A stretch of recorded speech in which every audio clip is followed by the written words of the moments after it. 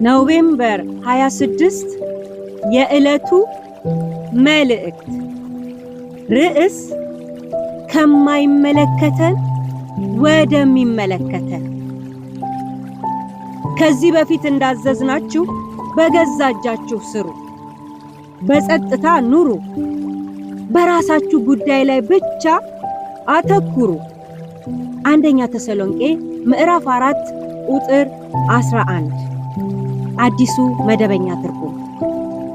አንዳንድ ጊዜ በሰዎች ሕይወት ውስጥ በማይመለከተን ጉዳይ ገብተን ተከራካሪዎች፣ ተሟጋቾች፣ ወቃሾች፣ አኩራፊዎች፣ ጉዳዩ ለኔ ቀድሞ ለምን አልተነገረኝም ባዮች እንሆናለን። በእርግጥ የሰዎችን ድንበር ማለፋችን እንኳን ትዝ አይለንም። ሁሉንም የምንመለከተው ከራሳችን አንጻር ብቻ ነው።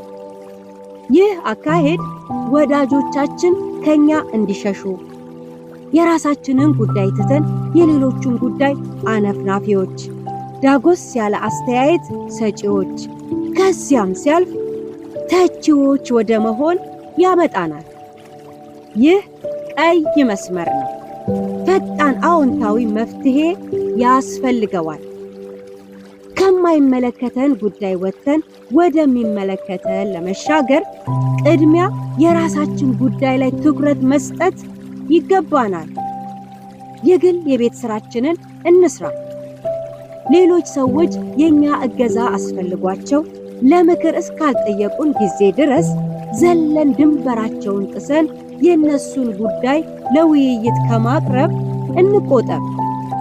ሰዎች ባልነገሩን ጉዳይ ላይ ድብቆች ናቸው በማለት ከፍርጃ እንቆጠብ። ሰዎች ለነገሩን ጉዳይ ሚስጥራቸውን የመጠበቅ ልምምድ ይኑረን። በአጠቃላይ ግንኙነትን ሊያሻክር ከሚችል ከማንኛውም ነገር ራሳችንን እንሰብስብ። ይህን በማድረጋችን የራሳችንን ጉዳይ በበቂ ሁኔታ ለመስራትና ለመለወጥ ጊዜ እናገኛለን። ከፈራጅነት እንድናለን። በማህበረሰቡ ዘንድ ያለው ቅቡልነታችንና ምስላችን ላቅ ይላል፣ ተፈላጊነታችንም ይጨምራል። እንግዲህ ለውጥን ከራሳችን ጀምረን ወደ ማህበረሰቡ እንዲዛመት የምንፈልግ ከሆነ በማይመለከተን ጉዳይ ላይ ጣልቃ ከመግባት እንቆጠብ።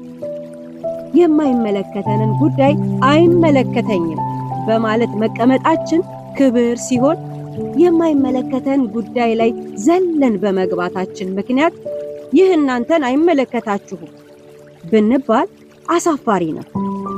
እንዴት እንደዚህ ይባላለሁ የሚል አምባጓሮን አስነስቶ ሌላ ጡዘት ውስጥ ይከተናል። ማምለጫ መንገዱ በራስ ጉዳይ ላይ ብቻ ማተኮር ነው። በሚመለከተን ላይ ማተኮር ጠቢብነት ነውና ዘወር እንበል፣ ከማይመለከተን ወደሚመለከተን።